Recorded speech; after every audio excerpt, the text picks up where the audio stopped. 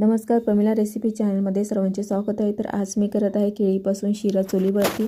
तर चुलीवरती मी कढाई ठेवून त्यामध्ये तूप टाकून घेतला आहे। तूप टाकल्यानंतर गरम झाल्यानंतर मी त्यामध्ये एक वाटी मी रवा टाकून चांगल्या प्रकारे कलर येईपर्यंत भाजायचा आहे। कलर येईपर्यंत चांगल्या प्रकारे भाजून घ्यायचं, लागू नाही द्यायचं खाली। तर हा बघा, हा असा कलर येईपर्यंत मी भाजून घेतला आहे। तर तो काढून घेते।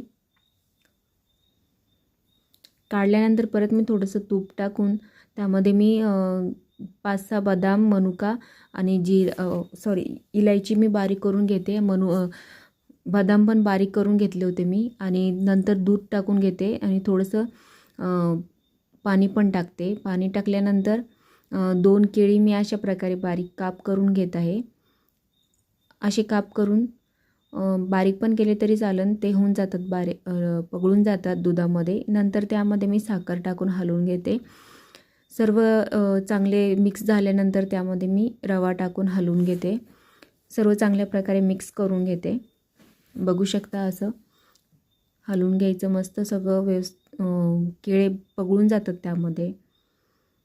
तर बघा तुम्ही, अशा प्रकारे हा माझा केळीचा शिरा तयार होत आहे। तर थोडंसं अग्नीमध्ये पण टाकते। आणि माझी रेसिपी आवडल्यास चॅनल नक्की सबस्क्राईब करा।